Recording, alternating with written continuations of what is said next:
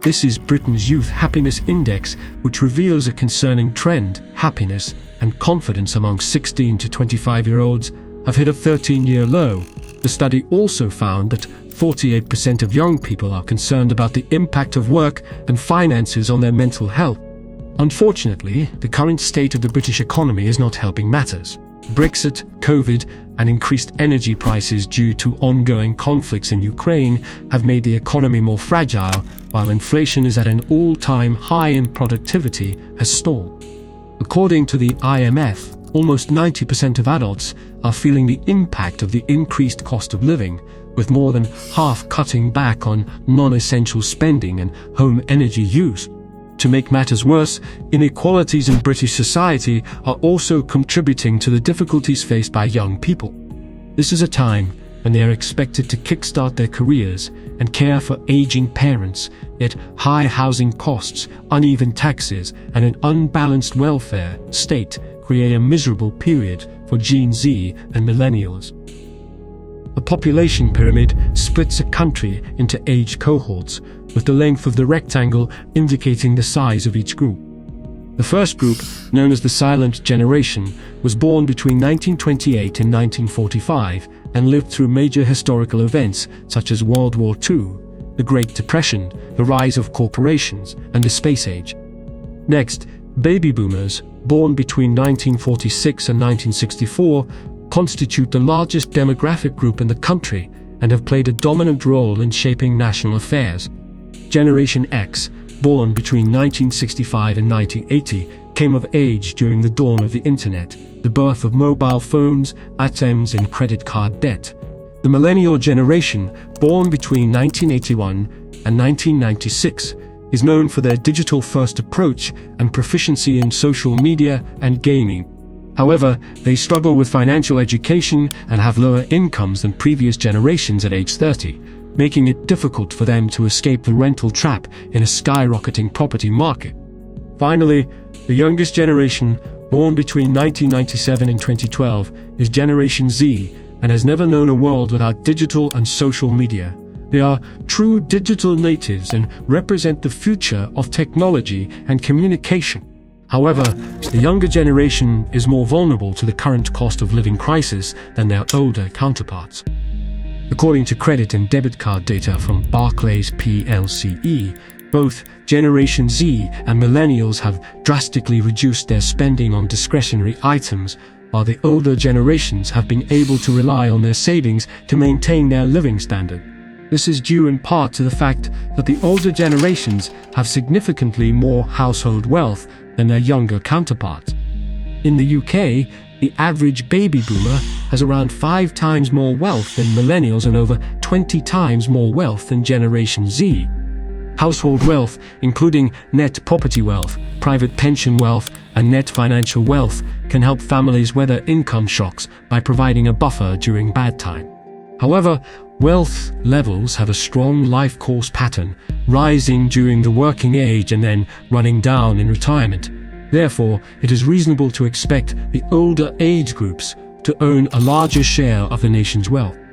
In 2018-20, wealth peaked among 65-74-year-olds who held, on average, over £500,000 of wealth, compared to just £24,000 held by 20-29-year-olds. But what is even more crucial is the percentage change in wealth over time. The share of wealth held by those aged 65 and older has risen from 42% in 2006-8 to 51% in 2018-20, mainly driven by changes in pension policy and asset price inflation. Household net wealth has been growing much faster than average earnings over recent decades. As a result, the stock of net household wealth relative to GDP has risen from about 3.5 times to almost 8 times of GDP since 1991. This has made it increasingly challenging for families to become wealthy solely through earnings. Instead, a family's ability to accumulate wealth has become more critical in defining outcomes in life, such as becoming a homeowner. Before the current cost of living crisis, young people were already facing significant challenges with housing costs, which had a detrimental effect on their living standards. Compared to previous generations, young people had to spend a much larger proportion of their net income on housing costs. For instance, those born between 1981 and 1985 had to allocate 24% of their income to housing costs at the age of 30, while those born between 1946 and 1950 only had to spend 11%. This has resulted in squeezed incomes for young people even before the cost of living crisis hit. These high housing costs have led many young adults to live with their parents, either due to financial reasons or a desire for more space. Although the pandemic contributed to a surge in the number of young people living at home, the trend had been on the rise since 2008. In contrast, more than half of baby boomers owned their homes by the time they were 30, while home ownership rates at that age were less than a third for millennials. Moreover, millennials who bought a house for the first time in the last 5 years may face significantly higher lifetime interest costs than they anticipated. Rising interest rates will disproportionately affect households with mortgages, with more than a third of 25-34-year-olds facing an additional 8% of their income going towards mortgage payments by the end of 2026.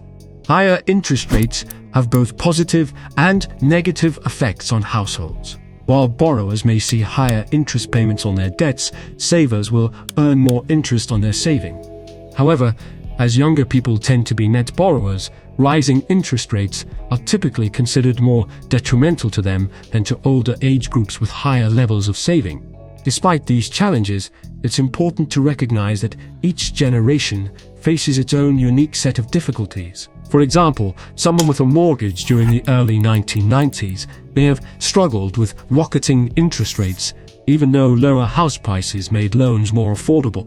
Similarly, while houses may have been cheap in the 1960s, people also had to contend with leaded petrol, shorter lifespans, and gender inequality. While it's true that each generation has its own challenges, some have been more fortunate than others.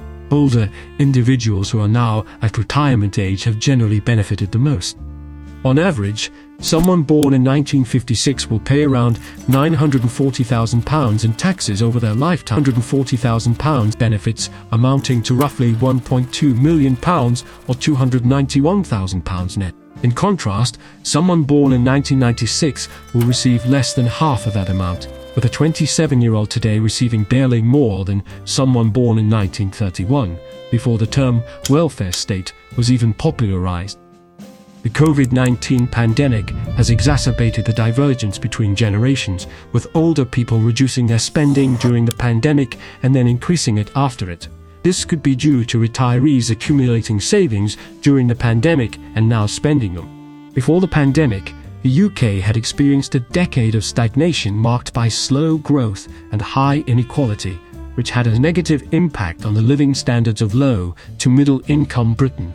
The reliance of younger generations on intergenerational support, especially from their parents, exacerbates these economic challenges. Younger workers are increasingly making employment decisions based on proximity to their parents' homes, and reliance on financial support from parents to access the housing ladder reinforces existing inequalities and weakens social mobility for the next generation. To steer the economy through the current acute challenges and renew progress in generational living standards, the UK needs a renewed economic strategy. This strategy should build on the country's strengths, boost business investment, and address persistent high income and wealth inequality to ensure that future generations have access to secure and well-paid jobs, good quality affordable housing, and steady incomes that can withstand future shocks. By shedding light on the challenges faced by the younger generation, the government can help improve the lives of all citizens.